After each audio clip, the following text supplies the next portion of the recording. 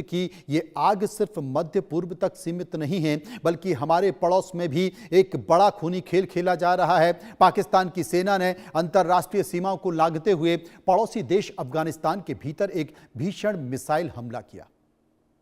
यह मिसाइल हमला पाकिस्तान के हमले में अब तक 13 बेगुनाह मारे गए हैं, जिसके बाद यह माना जा रहा है कि सबसे ज्यादा झकझोर देने वाली यह घटना है, क्योंकि मरने वालों में 11 मासूम बच्चे शामिल हैं। इसके अलावा कई महिलाएं और नागरिक गंभीर तौर पर घायल हुए। पाकिस्तान की सरकार और सेना का दावा है कि उन्होंने अफगानिस्तान के भीतर छुपे 26 भारत समर्थित आतंकवादियों को मार गिराया, लेकिन जमीन पर बिखरी मासूम बच्चों की लाशें पाकिस्तान के इन दावों को खोखला कर रही हैं, उसकी कलई खोल रही हैं। पाकिस्तान की सेना का जो हेलीकॉप्टर है वो क्रैश हुआ। पाकिस्तान के भीतर और उसके कब्जे वाले कश्मीर यानी कि पीओके में भी हालत बेहद खराब हो चुके हैं। इसी अशांति के बीच पीओके में एक और बड़ी दुर्घटना हुई, जहां पर पाकिस्तानी सेना का एक लड़ाकू हेलीकॉप्टर अचानक क्रैश होकर जमींदोज हो गया। इस दर्दनाक हादसे में हेलीकॉप्टर पर सवार पायलट समेत सभी सैन्य अधिकारी और कर्मियों की मौत हुई। सेना का यह हेलीकॉप्टर उस इलाके में गश्त लगा रहा था जहां पर पिछले कई दिनों से उथल पुथल मची हुई है। इस क्रैश के कारणों का अभी तक पता नहीं चल पाया है, लेकिन इस घटना ने पाकिस्तान सेना के मनोबल को पूरी तरह से तोड़ दिया है और रणनीतिक रूप में उसे एक झटका भी लगा है।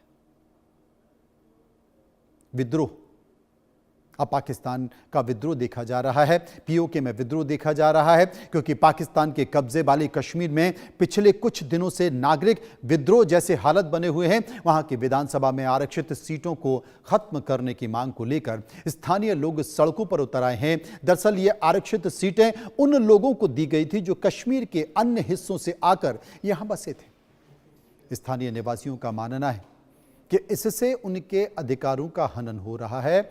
इस विरोध प्रदर्शन को देखते हुए यहां पर हिंसक रूप ले लिया है, जिसके बाद सेना और प्रदर्शनकारियों के बीच सीधी भिड़ंत हो गई है। इस भीषण हिंसा में अब तक 30 लोगों की मौत हो चुकी है और 200 से ज्यादा लोग घायल हो गए हैं। स्थिति को संभालने के लिए भारी संख्या में पुलिस और सेना को वहां पर तैनात कर दिया गया है। उधर रूस में भी तांडव दिखाई दे रहा है।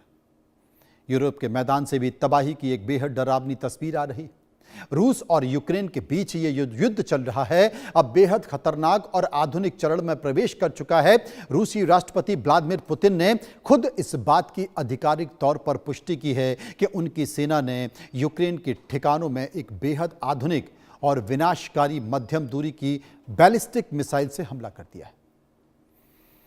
इस मिसाइल की रफ्तार और मारक क्षमता इतनी अचूक है कि इसे रोकना यूक्रेन के मौजूदा डिफेंस सिस्टम के लिए नामुमकिन था।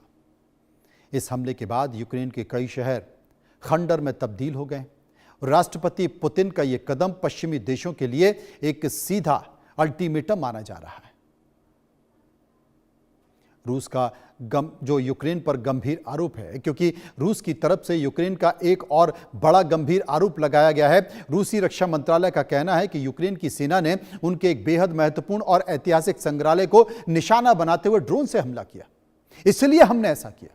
इस ऐतिहासिक धरोहर पर हमले के बाद रूस के भीतर सांस्कृतिक और राजनीतिक तौर पर भारी आक्रोश दिखाई दिया।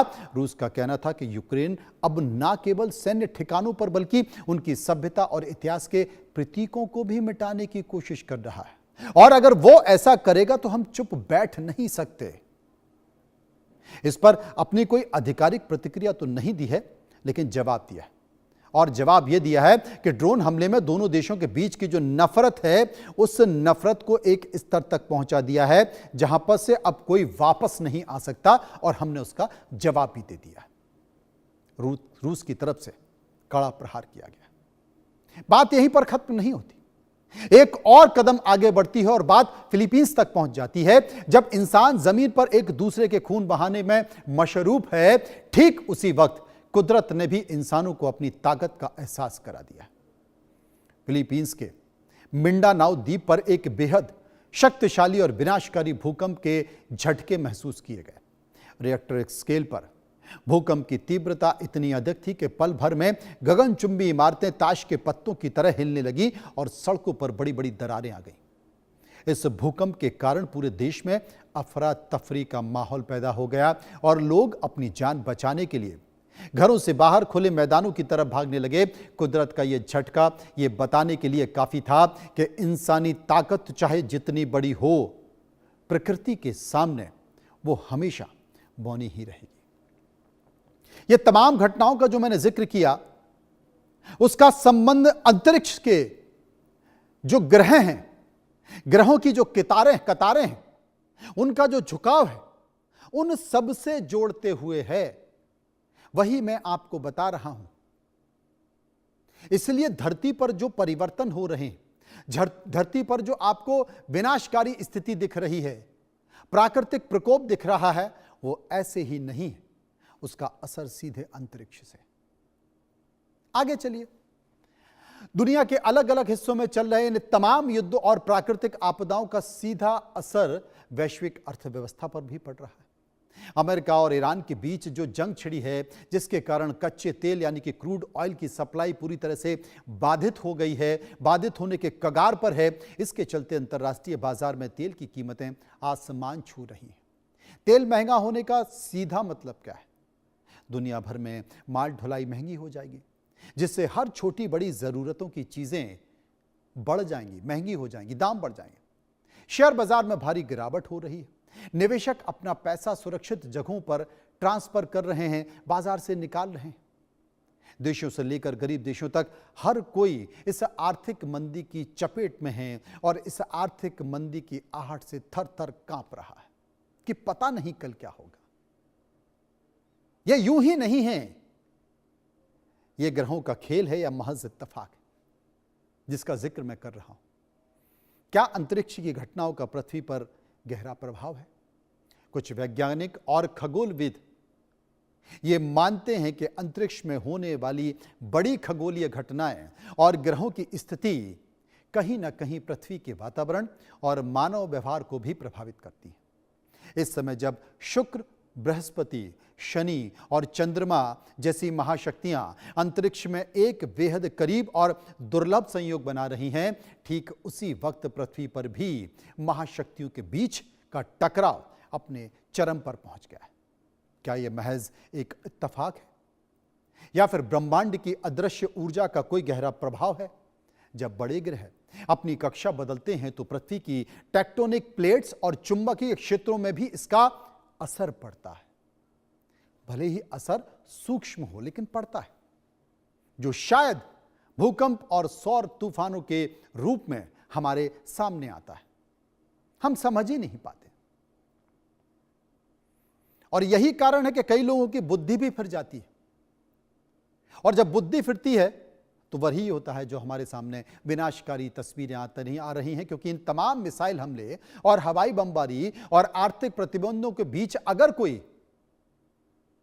सबसे ज्यादा पिस रहा है तो वो इस धरती का आम इंसान है, चाहे वो ईरान का नागरिक हो जो रोटी के लिए किश्तें चुका रहा है, या फिर पाकिस्तान अफगानिस्तान के सीमाई इलाकों का बेगुनाही स्थिति हो, या जिनके बच्चे मिसाइल हमले में मारे जा रहे हैं। युद्ध का फैसला वातानुकूलित कमरों में बैठकर नेता और हुक्मरान तो करते हैं, लेकिन उनकी कीमत उन माँ बाप को चुकानी पड़ती है जिनके मासूमों के शव मलबे से निकलते हैं। धरती का यह नजारा बेहद दर्दनाक है। जहां एक तरफ विज्ञान हमें चांद और सितारों तक ले जाता है, वहीं दूसरी तरफ हमारी नफरत हमें आदिम युग की क्रूरता की तरफ धकेल रही है। पाकिस्तान के मिसाइल हमले के बाद अफगानिस्तान की तालिबान सरकार का भी रुख कड़ा हो गया है। सीमाई इलाकों में दोनों देशों की सेनाओं में भारी हथियार और टैंकों की तैनाती शुरू कर दी है। अफगानिस्तान का कहना है कि पाकिस्तान ने उनके नागरिक और मासूम बच्चों पर हमला करके एक अक्षम्य अपराध किया है, जिसका बदला वो जरूर लेंगे।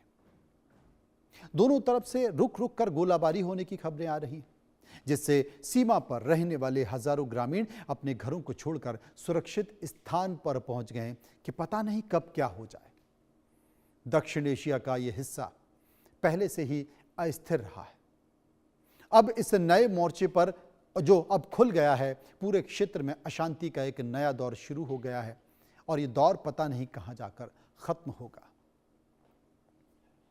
अब जब हम इस हफ्ते के अंत की तरफ बढ़ रहे हैं तो 11 और 15 जून के बीच दिखने वाली ग्रहों की मिनी परेड पर पूरी दुनिया की नजरें टिकी हुई है।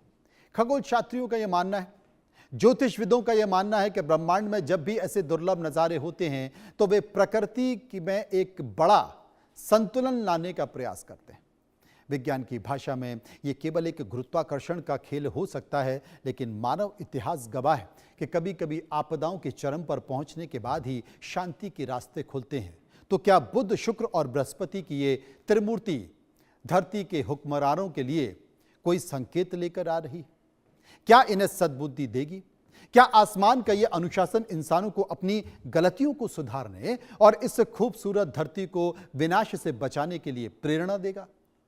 ये तो आने वाला वक्त ही बताएगा। लेकिन आसमान में ग्रहों का यह अद्भुत और जादुई मेला हमें यह याद दिलाता है कि ब्रह्मांड कितना विशाल, कितना अनुशासित और कितना खूबसूरत है। वहां पर करोड़ों किलोमीटर दूर स्थित पिंड भी बिना एक दूसरे को नुकसान पहुंचाए हुए एक निश्चित ताल, कदम और लय में सदियों से यात्रा कर रहे हैं। लेकिन उसी ब्रह्मांड में एक छोटे से हिस्से, हमारी इस खूबसूरत नीली धरती पर इंसान ने नफरत और बारूद का ऐसा तांडव मचा रखा है जो उसके अपने वजूद को मिटाने पर तुला है।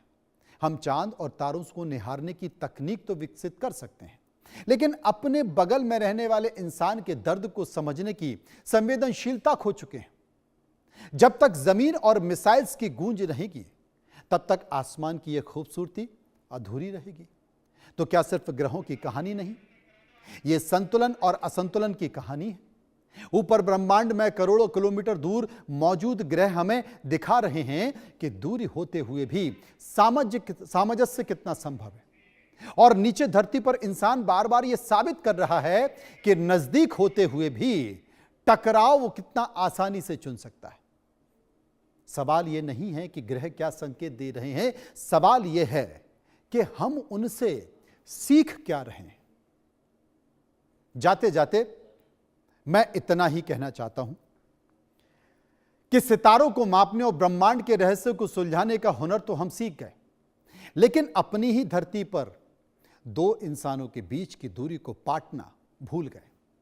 याद रखिए कि इतिहास गवाह है, जब जब बारूद की ताकत इंसान के विवेक से बड़ी हो जाती है, तब तब सोने की चिड़िया जैसे समृद्ध देश भी मलबे के ढेर में तब्दील हो जाते हैं और उसकी कीमत आने वाली नस्लों को 2 वक्त की सूखी रोटी के लिए किश्तें चुकानी पड़ती है।